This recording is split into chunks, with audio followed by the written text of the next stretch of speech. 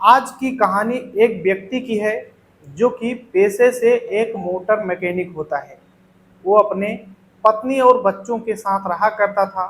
सुबह अपने काम के लिए निकल जाता तो शाम को ही आया करता था।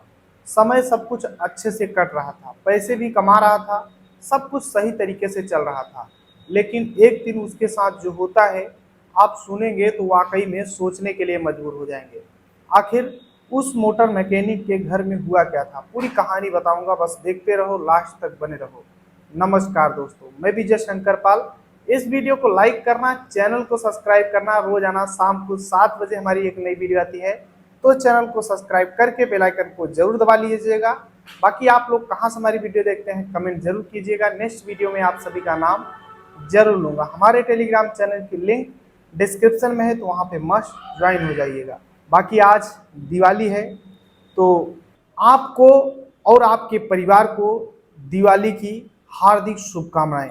चलिए शुरू करते हैं। आज की जो सच्ची घटना सुनाने जा रहा हूं, यह है बिहार प्रदेश की राजधानी है पटना। यहीं पर बुद्धा कॉलोनी एक जगह लगता है, और बुद्धा कॉलोनी जो थाना है उसके कुछ ही दूरी पर एक घर होता है। उस घर के जो मुखिया होते हैं उनका नाम कैलाश दास होता है, जिसकी उम्र 65 साल होती है। कैलाश दास जो हैं वो पेशे से मोटर मैकेनिक होते हैं। उनकी पत्नी जिसका नाम राधा देवी, जिसकी उम्र 55 साल होती है। 2 बेटे और एक बेटी होती है। बेटी बड़ी होती है तो उसकी शादी पास के गांव में ही कर दिया जाता है। अब एक बेटा है जो कि छोटा है।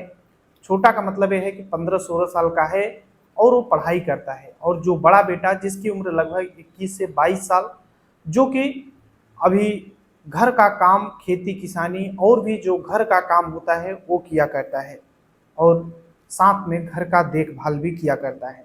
कैलाश दास जो कि मोटर मैकेनिक होते हैं, तो सुबह काम के लिए निकल जाया करते थे तो शाम को ही आया करते थे।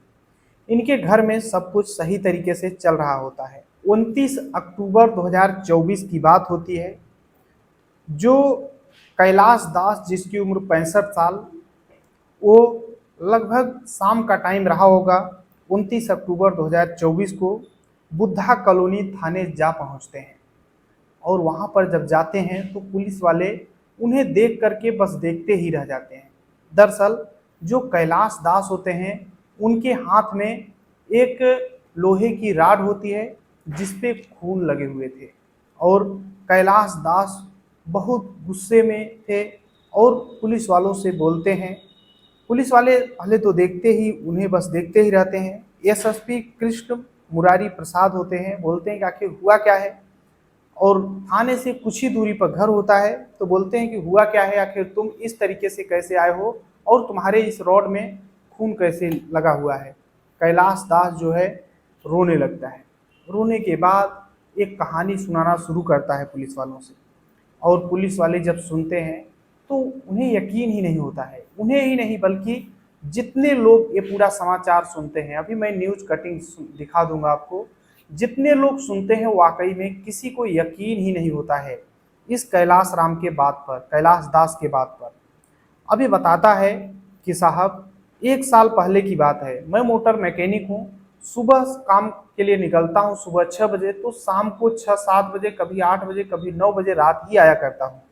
कैलाश दास बताता है कि 1 साल की पहले की बात है। मैं सुबह काम के लिए निकला था, और फिर एक मोटरसाइकिल मैंने बनाया। उसके बाद उसको चेक करने के लिए ले जा रहा था। एसके मेमोरियल के पास सड़क हादसे में वो चोटिल हो जाता है, और जब चोटिल हो जाता है तो पैर में चोट लग जाती है, ज़्यादा फ्रैक्चर हो जाता है। अब वो किसी तरीके से घर पहुंचता है, और जब घर जाता है, उसकी चोट लगी हुई थी, सोचता है कि घर पे चल रहा हूँ, मेरा बेटा होगा, मेरी पत्नी होगी जो मेरा इलाज कराएंगे, और फिर सही हो जाऊंगा। मतलब किसी तरीके से घर, मतलब इतना ज़्यादा भी नहीं लगा था, लेकिन हाँ चलने लायक था। वो थोड़ा लंगड़ते हुए घर पे पहुंचता है, और जब घर पे पहुंचता है तो घर के अंदर देख, मतलब अंदर से दरवाज़ा बंद होता है। वो ज़्यादा बोल नहीं पा रहा था, करा रहा था मन ही मन।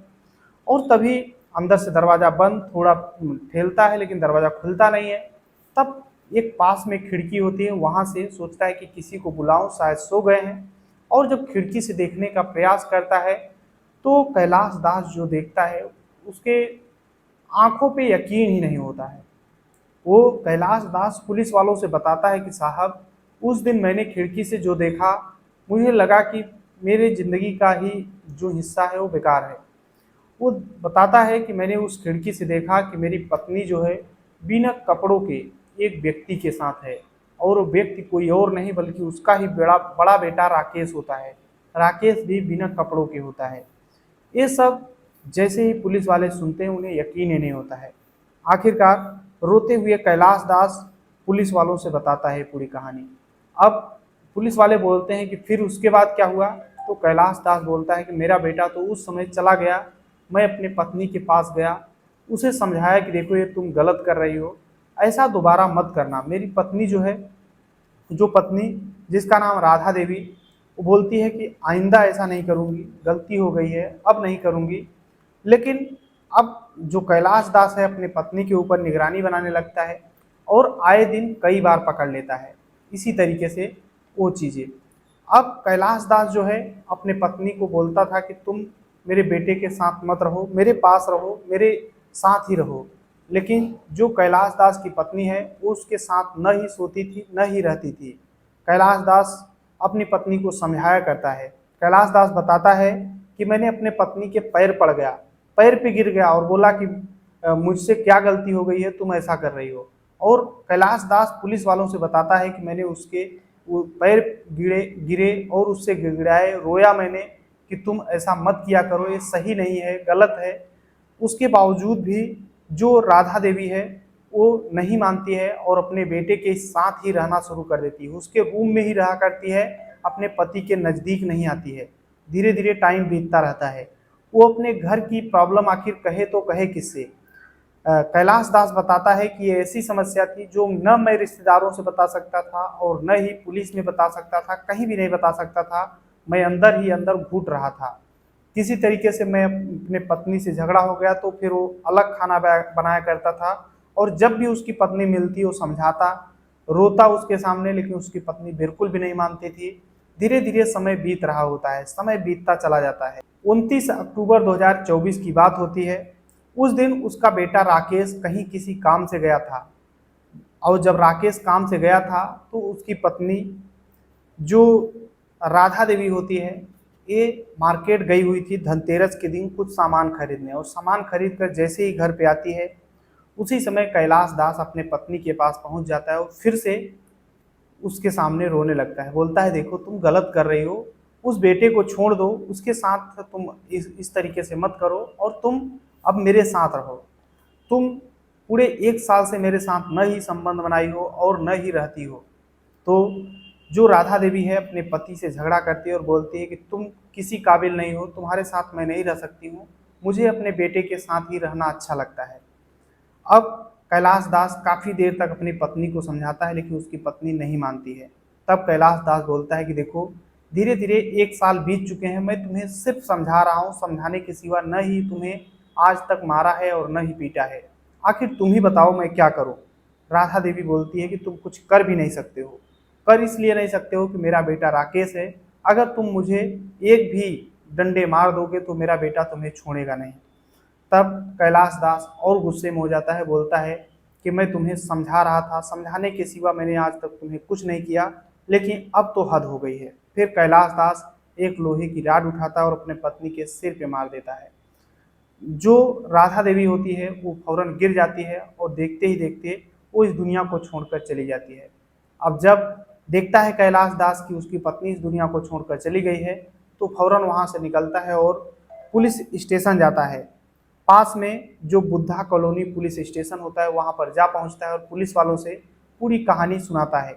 अब पुलिस वाले जैसे ही सुनते हैं, फौरन अपने टीम के साथ एसएसपी कृष्ण मुरारी प्रसाद अपने टीम के साथ उसके घर पे जा पहुंचते हैं और पूरे सील कर देते हैं वहाँ का एरिया। और ये मामला पूरी तरह से हाईलाइट हो चुका था, सीरियस हो चुका है। अब फौरन जो राधा देवी है उसकी बॉडी को पोस्टमार्टम के लिए दिया जाता है। पोस्टमार्टम में ये चीज़ स्पष्ट हो जाता है कि उसके सिर में मारा गया है।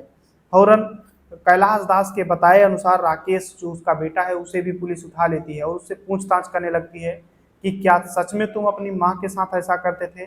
तब राकेश दास भी पुलिस वालों से एक कहानी सुनाना शुरू करता है। वो बोलता है कि साहब मैंने अपने माँ के साथ कभी गलत नहीं किया। हाँ, माँ मेरे पास आती है और बोलती है कि तुम्हारा पिता मेरे साथ जबरन कर रहा है। राकेश बताता है कि मेरी माँ शुगर की मरीज है और मैं उसका इलाज कराता हूँ। वो मेरे साथ ही मेरे पास ही सोती है, लेकिन मैंने उसके साथ कभी गलत नहीं किया। लेकिन पुलिस अब पूरे मामले की जांच पड़ताल करना शुरू कर देती है। अब जो कैलाश दास है उसकी बेटी भी आ जाती है और बेटी से जब पूछा जाता है तो बेटी बोलती है कि हमें नहीं पता, लेकिन ये चीज़ तो ज़रूर पता है कि मेरी माँ मेरे पिता के साथ नहीं रहती थी, मेरे पिता के पास नहीं सोती थी। ये चीज़ सच्चाई है। बाकी मेरा भाई उसके साथ मेरी माँ के साथ क्या करता था इसके बारे में मुझे नहीं पता है। आखिरकार पुलिस वाले कैलाश दास के खिलाफ गंभीर धाराओं में मुकदमा दर्ज करते हैं, क्योंकि कैलाश दास अपनी पत्नी को इस दुनिया से हटाया था। इस दुनिया से हटाने का किसी को भी अधिकार नहीं है। आखिरकार उसके खिलाफ मुकदमा दर्ज करके पुलिस वाले सलाखों के पीछे पहुंचा देते हैं। मामला कोर्ट में पहुंच चुका है। जो राकेश है वही अपने पिता के खिलाफ एफआईआर दर्ज कराया था।